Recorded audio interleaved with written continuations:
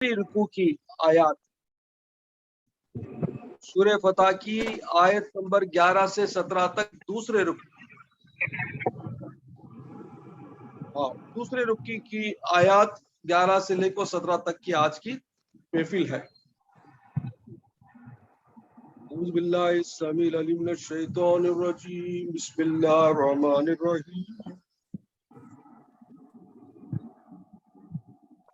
سيقول لك المخلفون من الأعراب شغلتنا أموالنا وأهلنا فاستغفر لنا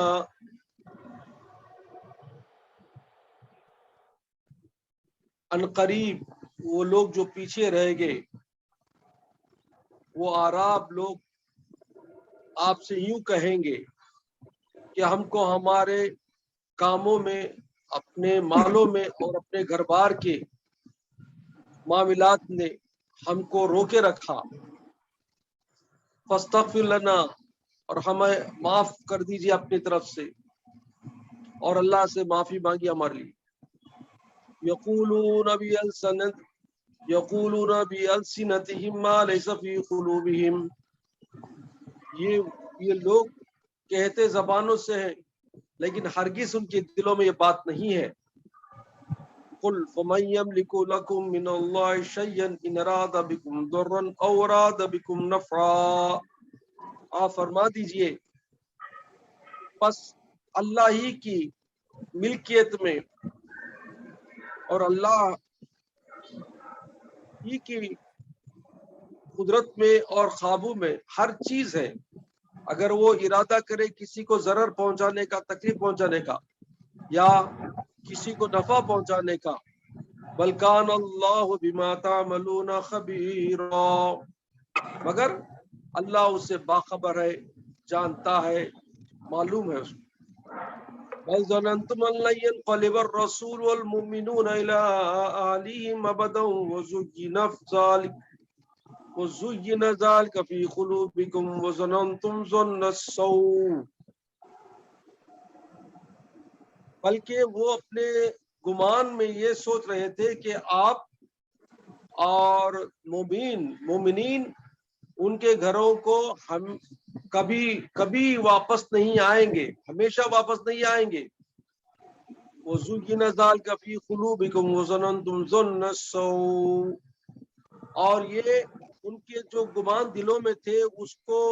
بن سوار کر ان کے دلوں پر بتایا گیا شیطان نے، اس کے شیطان کی وجہ سے۔ وَكُنْتُمْ قَوْمًا بُورًا، اور وہ لوگ ہلاک ہونے والی قوم میں تھے۔ مَن لَّمْ يُؤْمِن بِاللَّهِ وَرَسُولِهِ فَإِنَّا أَعْتَدْنَا لِلْكَافِرِينَ سَعِيرًا، اور جو لوگ ایمان نہیں لائے اللہ پر، اللہ کے رسول پر، بس ان کے لیے بھڑکتی ہوئی آگ کا عذاب تیار کر رکھا ہے اللہ نے۔ وَلِلَّهِ مُلْكُ السَّمَاوَاتِ وَالْأَرْضِ يَغْفِرُ لِمَن يَشَاءُ وَيُعَذِّبُ مَن يَشَاءُ وَكَانَ اللَّهُ غَفُورًا رَحِيمًا، اور اللہ کے لیے زمین اور آسمانوں کی ساری ملکیت، وہ جس کو چاہتا ہے بخش دیتا ہے اور جس کو چاہتا ہے عذاب دیتا ہے۔ وَكَانَ اللَّهُ غَفُورًا رَحِيمًا، اور اللہ بڑا بخشنے والا، رحم کرنے والا ہے۔ سَيَقُولُ الْمُخَلَّفُونَ إِذَا انطَلَقْتُمْ إِلَىٰ مَغَانِمَ لِتَأْخُذُوهَا ذَرُونَا نَتَّبِعْكُمْ، ان قریب یہ لوگ جو پیچھے رہ گئے،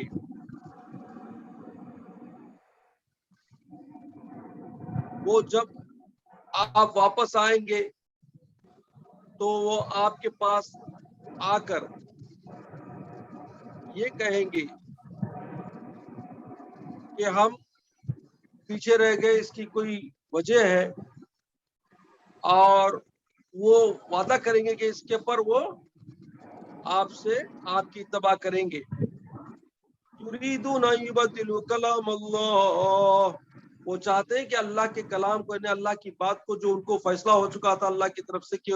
عذاب دیا جائے، وہ بدل لینا چاہتے ہیں۔ قُل لَّن تَتَّبِعُونَا كَذَٰلِكُمْ قَالَ اللَّهُ مِن قَبْلُ، آپ فرما دیجئے تم لوگ ہرگز اتباع نہیں کر سکو گے جس طرح کے پہلے تم نے کیا.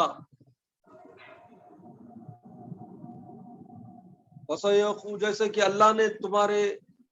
قول کو پہلے بھی بتایا. وَسَيَقُولُونَ بَلْ تَحْسُدُونَنَا بَلْ كَانُوا لَا يَفْقَهُونَ إِلَّا قَلِيلًا. پسند قریب یہ لوگ مگر حسد کی وجہ سے بولیں گے کہ مسلمانوں تم ہمارے سے حسد کرتے ہو، لیکن یہ لوگ بے عقل ہیں، جانتے نہیں، عقل نہیں ہے، شعور نہیں ہے. قل للمخلفين من الأعراب ستدعون إلى قوم أولي بأس شديد تقاتلونهم أو يسلمون. آپ فرما دیجئے ان لوگ جو اعراب والے پیچھے رہ گئے ان سے کہ عنقریب تم کو ایک قوم کی طرف بلایا جائے گا جو اس قوم یعنی کافروں سے زیادہ شدید طاقت والی ہوگی، اور وہاں پر جا کر قتل یا جنگ میں حصہ لینا پڑے گا یا تو تم مسلمان ہونا پڑے گا. وَإِن تُطِيعُوا يُؤْتِكُمُ اللَّهُ أَجْرًا حَسَنًا. بس اگر تم اللہ کی اتباع کرو گے، اس کے رسول کی اتباع کرو گے تو اللہ تعالیٰ تمہارے لیے اجر حسین رکھا ہے. وَإِن تَتَوَلَّوْا كَمَا تَوَلَّيْتُمْ مِن قَبْلُ وَإِن تَتَوَلَّوْا كَمَا تَوَلَّيْتُمْ مِن قَبْلُ وَيُعَذِّبْكُمْ عَذَابًا أَلِيمًا. اور اگر تم میں سے کوئی روگردانی کرے یا نہیں مانے، نہیں تباہ کرے جیسا کہ پہلے کیا تھا، تو ان کے لیے بڑا دردناک عذاب ہے. لَيْسَ عَلَى الْأَعْمَى حَرَجٌ وَلَا عَلَى الْأَعْرَجِ حَرَجٌ وَلَا عَلَى الْمَرِيضِ حَرَجٌ. ہاں اگر کوئی تم میں سے اندھا ہے یا کوئی حرج والا ہے کہ جیسے اس کے پاؤں سے لنگڑا ہے یا معذور ہے یا مریض ہے یعنی بیمار ہے، اس کے لیے کوئی حرج نہیں کہ وہ جہاد میں شریک نہ ہو. وَمَن يُطِعِ اللَّهَ وَرَسُولَهُ يُدْخِلْهُ جَنَّاتٍ تَجْرِي مِن تَحْتِهَا الْأَنْهَارُ. اور جو لوگ اللہ اور اللہ کے رسول کی اتباع کریں گے ان کے لیے جنت میں داخلہ ہے جہاں پہ بہتی ہوئی ندیاں ہوں گی اور ان کے نیچے ان کے لیے جنت کے باغات ہوں گے. وَمَن يَتَوَلَّ يُعَذِّبْهُ عَذَابًا أَلِيمًا. اور جو لوگ روگردانی کریں گے، اتباع نہیں کریں گے، ان کے لیے بڑا ہی دردناک عذاب ہوگا. صدق اللہ المولانا العلی العظیم وبلغنا رسول الامین الکریم ونحن على ذلك من الشاهدين والشاكرين والحمد لله رب العالمين. قال الله تعالى في شان حبيبه تعظيما وتكريما ان الله وملائكته يصلون على النبي یا ایھا الذین آمنوا صلوا علیہ وسلموا تسلیما. پڑھیے اللہم صل علی سیدنا محمد وعلی آل سیدنا محمد وبارک وسلم تسلیما کثیرا کثیرا. الحمدللہ الحمدللہ. اللہ کا شکر احسان ہے کہ اللہ نے ہم کو اس کے قرآن پاک، اس کے کلام عظیم کو سننے کے لیے جمع فرمایا. اللہ تعالیٰ ہمارے دلوں کو قرآن پاک کی نور سے روشن فرمائے اور ہدایت کا ذریعہ عطا فرمائے. آمین. قرآن پاک کی ان آیات کو جس کو میں نے پڑھنے کا شرف حاصل کیا، اس رکوع میں خاص کر ان لوگوں کا ذکر ہے جنہوں نے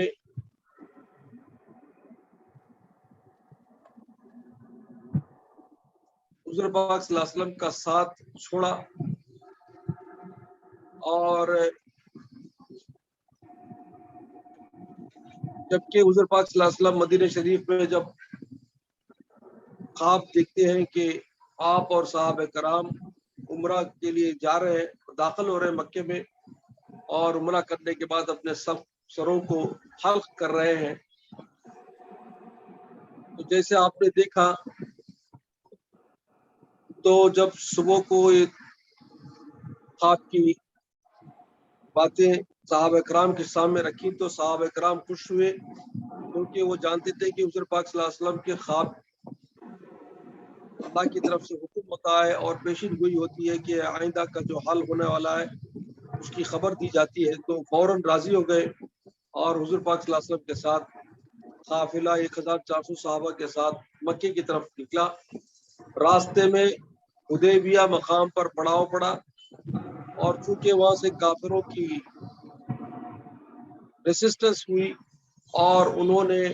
آخر صلح کے لیے راضی ہو گئے کہ اس سال صحابہ کرام اور حضور پاک صلی اللہ علیہ وسلم مکے میں نہیں آئیں گے عمرہ کے لیے، ان کے لیے آئندہ سال آنے کی اجازت دے دی گئی، اور ایک صلح نامہ سائن کیا گیا جس میں بہت سارے کنڈیشن تھے۔ اور اس روح سے جب حضور پاک صلی اللہ علیہ وسلم واپس لوٹے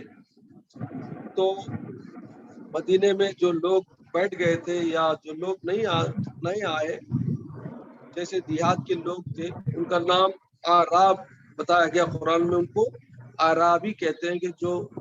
گاؤں میں رہتے تھے، مدینے کے اطراف کے جو گاؤں تھے ان میں جو رہتے تھے وہ لوگ اس سفر میں آنے سے انکار کر دیے، اور ان کا جو گمان تھا اور ان کی جو باتیں تھی اس کو قرآن میں اللہ نے صاف صاف ریکارڈ کر دیا ہے کہ ایسے لوگ بھی تھے اس زمانے میں۔ تو جیسے ہی صحابہ کرام اور حضور پاک صلی اللہ علیہ وسلم واپس لوٹے تو یہ پشیمان ہوئے، یہ شرمندہ ہوئے، کیونکہ انہوں نے اسلام پر دعوت کو قبول کیا تھا، مسلمان ہو گئے تھے اور حضور پاک صلی اللہ علیہ وسلم پر ایمان لا چکے تھے اور صحابہ کرام کی جماعت میں شامل بھی ہو گئے تھے، لیکن جب جہاد کے لیے، جہاد نہیں ایکچولی، حضور پاک صلی اللہ علیہ وسلم نے مکے میں عمرہ کے لیے جب یہ فیصلہ کیا اور صحابہ کے ساتھ نکلے تو انہوں نے یہ سوچ کر کہ کافر لوگ جو مکے والے تھے بڑے خطرناک تھے اور انہوں نے اسلام کو اور خاص کر حضور پاک صلی اللہ علیہ وسلم کو، صحابہ کرام کو ختم کرنے کی ہر طرح کوشش کرتے تھے، اور مکے سے آ کر مدینے میں چڑھاؤ کر کے کافی جنگیں کی۔ تو ایسے خطرناک لوگوں کے گھروں کو خود جانا یہ کیسا رہے گا؟ ان کے دل میں گمان ہو گیا کہ یہ بڑا ڈینجرس مہم ہے، یہ ڈینجرس سفر ہے، اور اس میں ہمارے جانوں کا نقصان ہونا یا ختم ہونا اور ڈیفرنٹ ہے۔ اس واسطے انہوں نے کیا سوچا، ایک بہانہ بنایا اور وہ گھر میں بیٹھ گئے، آنے سے انکار کر دیا۔ تو جب صحابہ کرام اور حضور پاک صلی اللہ علیہ وسلم صحیح سلامت واپس آ گئے تو وہ شرمندہ ہو گئے، ارے کاش ہم بھی چلے جاتے تو ہمارا نام حضور پاک صلی اللہ علیہ وسلم کے ساتھ ہو جاتا، وہ لوگ مسلمان بھی ہو یا حضور پاک صلی اللہ علیہ وسلم کے دل میں ان کے بارے میں غلط فہمی تو ضرور ہوگی۔ تو اس کو دور کرنے کے لیے وہ آئے، یعنی عربی جو دیہات میں رہتے تھے وہ لوگ آئے، اور جو بات چیت ہوئی اس کا جو قرآن میں تذکرہ آیا ہے وہ یوں ہے کہ انہوں نے حضور پاک صلی اللہ علیہ وسلم سے کہا، معذرت مانگی کہ ہم اپنے گھروں کو چھوڑ کر آنے کے لیے، کوئی اور دوسرا نہیں تھا، انچارج نہیں تھا یا کیئر ٹیکر نہیں تھا، ہمارے گھر والے اکیلے تھے اور ہمارے مال، ہمارے تجارت، ہمارا سب کچھ چھوڑ کر آنا ہمارے ہاتھ سے نہیں ہو سکا۔ یہ ایکسکیوز، یہ بہانہ حضور پاک صلی اللہ علیہ وسلم کے سامنے جب کہے تو اللہ کو ناپسند ہوا، اللہ نے اس کو ریکارڈ کر دیا، اور یہ بھی ان لوگوں نے کہا کہ آپ ہم کو معاف کر دیجئے اور اللہ سے معافی مانگیے۔ تو اللہ نے اس کو صاف انکار کر دیا اور ان کے بارے میں بتایا کہ یہ لوگ جو دل سے دوسرا سوچتے تھے آپ کے سامنے دوسری بات بول رہے ہیں۔ حضور پاک صلی اللہ علیہ وسلم کے سامنے زبان سے کیا بول رہے ہیں کہ ان لوگوں کو ان کے گھروں کی وجہ سے یا مال کو بچانے والا کون بھی نہیں ہے اور گھر بار کو دیکھنے والا کون بھی نہیں ہے بول کے جو زبان سے بولتے تھے، حالانکہ دل میں ان کی وہ بات نہیں تھی، کیونکہ اللہ دلوں کی باتوں کو بھی جانتا تھا۔ تو اللہ نے فرمایا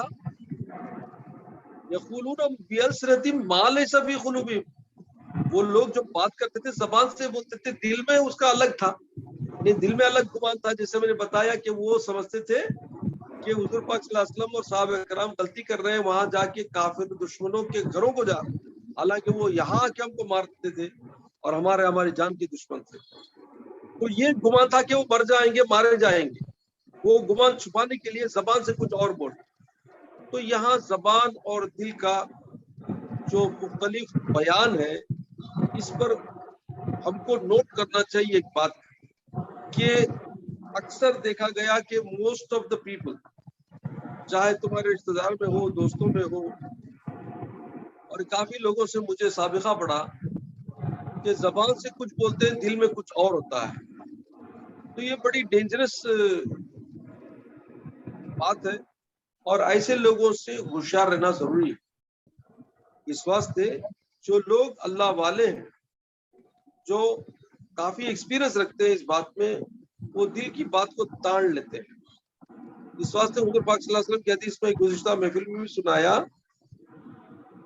اتقوا من فراست المومن فینظر من نور اللہ، اور کما قال صلی اللہ علیہ وسلم کہ مومن کی فراست سے بچو، کیونکہ وہ اللہ کے نور سے دیکھتا ہے۔ مطلب وہ جو تمہیں زبان سے بولتے اس کی طرف نہیں دیکھتا، وہ اس کی نظر دلوں پر ہوتی ہے، باطن پر ہوتی ہے، کہ بندہ جو دل میں سوچتا ہے، زبان سے کچھ بولتا ہے، تو اس کو معلوم ہو جاتا ہے کہ زبان جھوٹی ہے۔ تو آپ سوچو کہ ایک مومن کا یہ مقام ہے، تو ہمارے آقا سرور عالم، تمام انبیاء کرام کے سردار، اللہ کے محبوب اور تمام قلوب میں کائنات کے اللہ کی طرف سے فیض یاب، کیا ان کے لیے وراثت نہیں ہوگی؟ کیا آپ کو نہیں معلوم ہوگا تھا؟ الحمدللہ، اللہ اکبر، اللہ تعالیٰ نے آپ کو ایسا علم دیا تھا کہ آج کی نہیں، قیامت کی خبر دیتے تھے حضور صلی اللہ علیہ وسلم۔ تو ایسی حیثیت، ایسی ہستی اور ایسی پاک اللہ کی پیاری نورانی ذات رکھنے والی حضور پاک صلی اللہ علیہ وسلم کے عقل اور ان کی فراست کا پوچھنا کیا ہے؟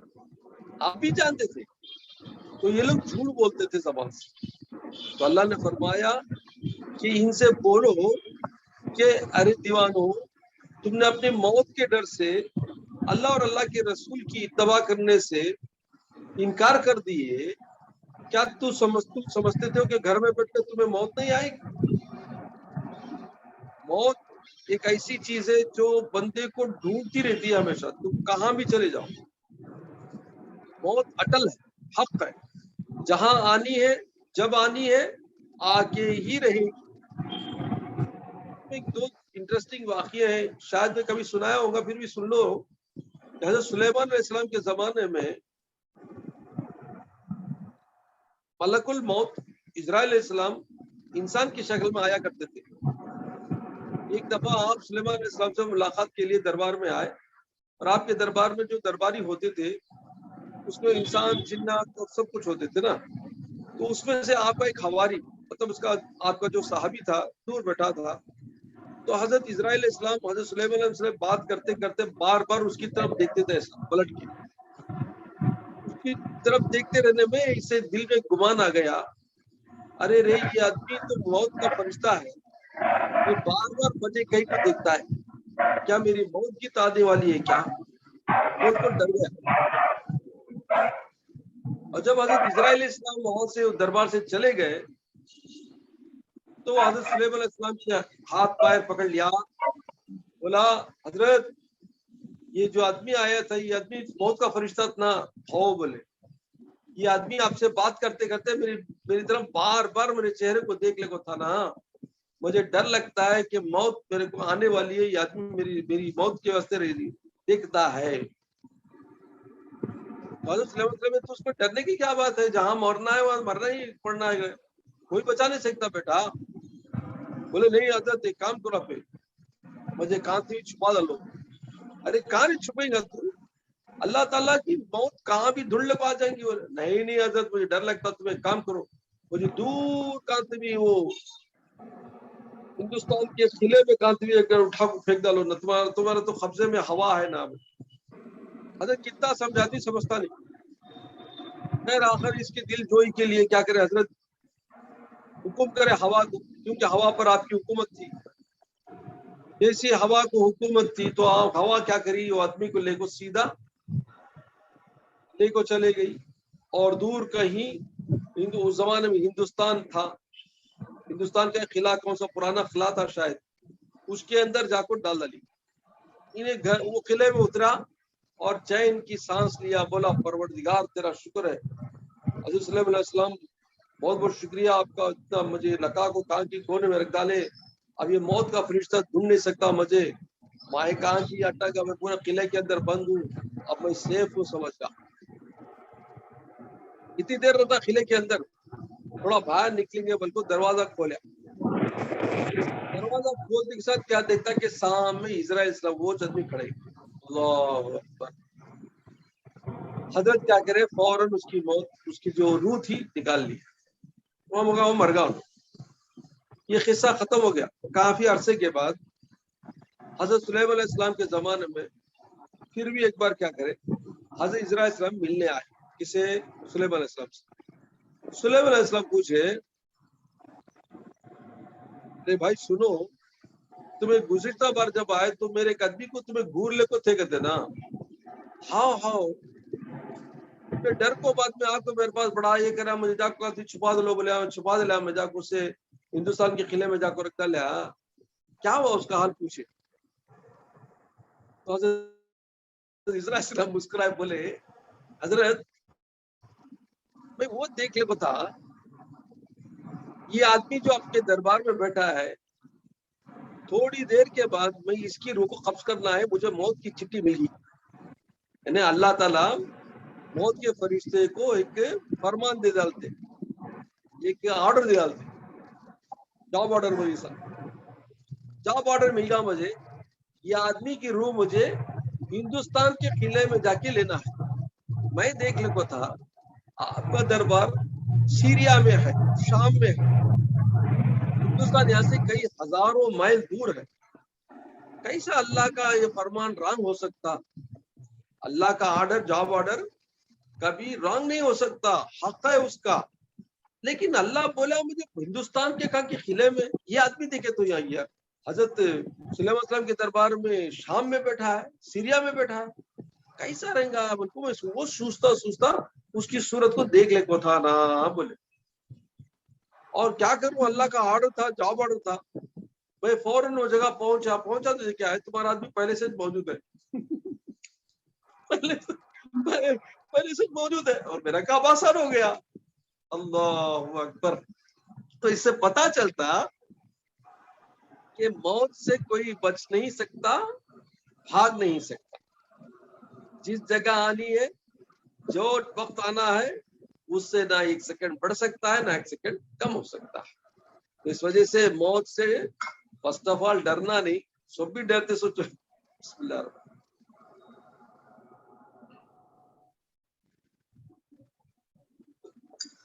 موت ایک ایسی چیز ہے جو حق ہے، آنے والی ہے، کوئی مانے نہ مانے، اللہ کو بھی نہیں ماننے والے بہت جنے، لیکن موت کو سب جنے ماننا پڑتا،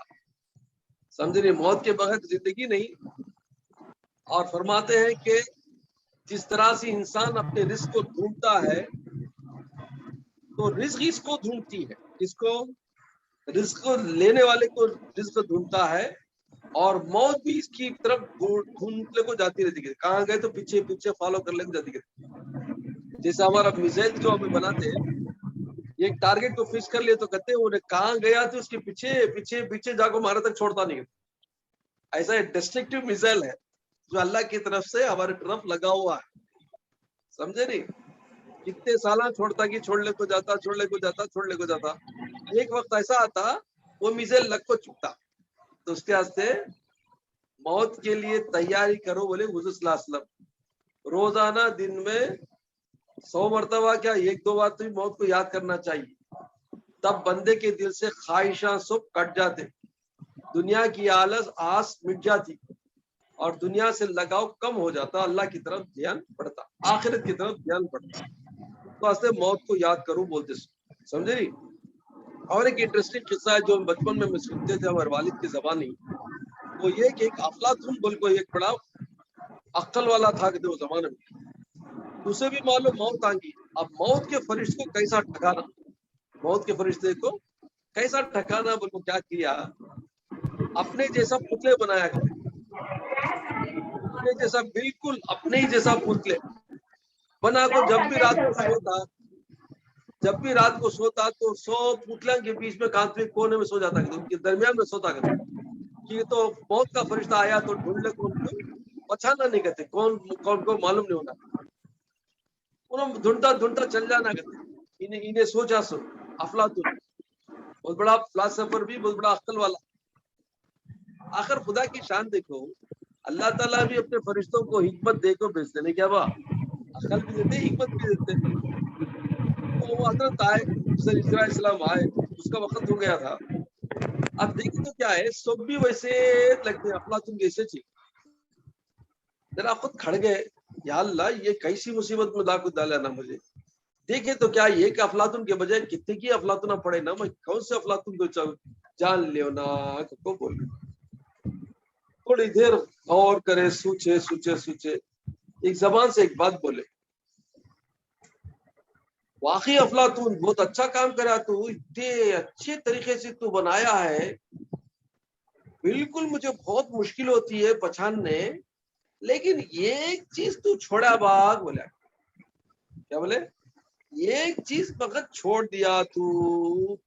سب بھی برابر ہے، سب بھی مشکل ہے، مجھے پہچانا مشکل صحیح ہے،